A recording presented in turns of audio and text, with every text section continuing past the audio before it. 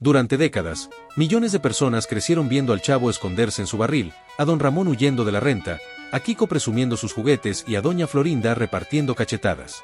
El Chavo del Ocho se convirtió en uno de los grandes símbolos de la televisión mexicana. Pero hay algo curioso. ¿Alguna vez te has preguntado cómo terminó realmente? ¿Qué pasó con el Chavo del Ocho? ¿Por qué se acabó? ¿Las peleas entre sus protagonistas destruyeron el programa? ¿Fue por la salida de Kiko y Don Ramón? ¿O simplemente Roberto Gómez Bolaños llegó a un punto en el que ya no podía seguir interpretando a un niño? El Chavo no comenzó inmediatamente como el programa independiente que millones terminarían conociendo. El personaje surgió a comienzos de los años 70 dentro de los espacios humorísticos de Roberto Gómez Bolaños. La premisa era extremadamente sencilla. Un niño pobre, una vecindad, adultos con problemas cotidianos, y situaciones que podían repetirse una y otra vez sin necesitar grandes escenarios. Pero esa sencillez terminó siendo una de sus mayores fortalezas. El personaje fue ganando popularidad hasta que el Chavo del Ocho terminó teniendo su propio espacio televisivo en 1973. Y ahí comenzó el fenómeno. Porque aquellos personajes aparentemente sencillos empezaron a convertirse en parte de la cultura popular latinoamericana. El Chavo, Kiko, la Chilindrina, Don Ramón, Doña Florinda, el profesor Girafales, Doña Clotilde y el señor Barriga.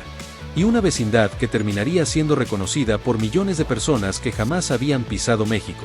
Pero precisamente cuando el programa atravesaba su época más recordada, comenzaron los problemas. Y el primero involucraría a uno de sus personajes fundamentales. Imaginar el Chavo del Ocho sin Kiko parece difícil. Pero eso fue exactamente lo que ocurrió. Carlos Villagrán abandonó el elenco en 1978. Y aquí hay que tener cuidado, porque alrededor de su salida se han contado diferentes versiones durante décadas. Villagrán sostuvo posteriormente que existieron celos relacionados con la enorme popularidad que había alcanzado Kiko. También surgió un conflicto alrededor del personaje y de quien tenía derecho a utilizarlo. Lo que sí sabemos es que Villagrán dejó de formar parte del programa. Y aquello cambió inevitablemente la dinámica de la vecindad. Kiko no era simplemente otro personaje. Su relación con Don Ramón, Doña Florinda y especialmente con el Chavo generaba algunas de las situaciones más reconocibles del programa. Pero el Chavo sobrevivió. Roberto Gómez Bolaños continuó escribiendo. La vecindad continuó funcionando. Parecía que podía superar la pérdida. Hasta que llegó otro golpe. Y posiblemente uno todavía mayor. En 1979, Ramón Valdés también abandonó el programa. Otra vez encontramos diferentes relatos sobre las circunstancias exactas de su salida. Y por eso sería incorrecto afirmar que existe una única explicación indiscutible. Lo comprobable es que Valdés se marchó, aunque posteriormente regresaría brevemente durante 1981 antes de alejarse nuevamente. La ausencia de Don Ramón era enorme. Porque si observamos la estructura clásica del Chavo, buena parte de las historias giraban alrededor suyo. Debía meses de renta. Doña Florinda lo golpeaba. La bruja del 71 estaba enamorada de él. Era el padre de la Chilindrina. Y al mismo tiempo funcionaba como una especie de adulto amigo para el Chavo. En muy poco tiempo la serie había perdido a Kiko y Don Ramón, dos de sus personajes más populares. Pero aquí aparece uno de los errores más frecuentes cuando se cuenta esta historia. Porque muchas veces se dice que esas salidas provocaron directamente el final del Chavo. Y eso no es exactamente lo que ocurrió. Llegamos a enero de 1980. El Chavo del Ocho dejó de existir como programa independiente. El episodio habitualmente identificado como el último de aquella etapa es La Lavadora, emitido el 7 de enero de 1980. Y uno podría pensar, entonces ahí terminó el Chavo. No. Aquí empieza la parte más curiosa de toda esta historia. Porque Roberto Gómez Bolaños reorganizó sus personajes dentro de un programa llamado nuevamente Chespirito. El Chavo volvió a convertirse en un segmento.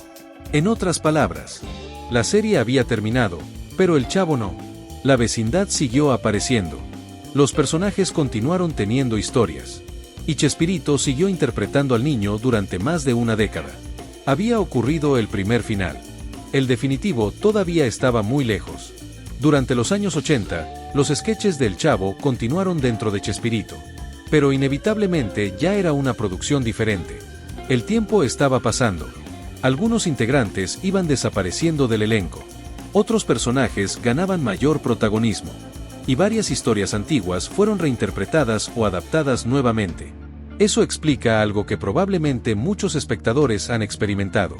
Ver dos versiones muy parecidas de una misma historia, pero grabadas en épocas diferentes o incluso con personajes diferentes.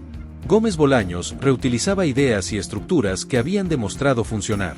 Pero había un problema imposible de solucionar escribiendo otro guión. Los actores envejecían. Y eso era particularmente complicado para los personajes infantiles.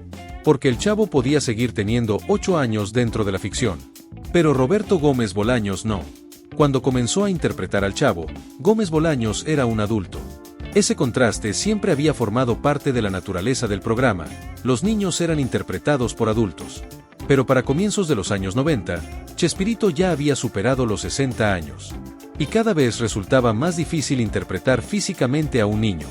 Años después, el propio Gómez Bolaños habló sobre ello. Explicó que personajes como el Chavo y el Chapulín habían cumplido un ciclo y que quería respetarlo.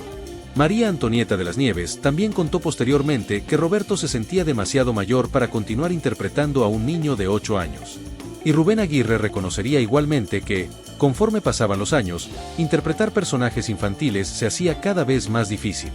Ahora sí nos acercábamos al verdadero final.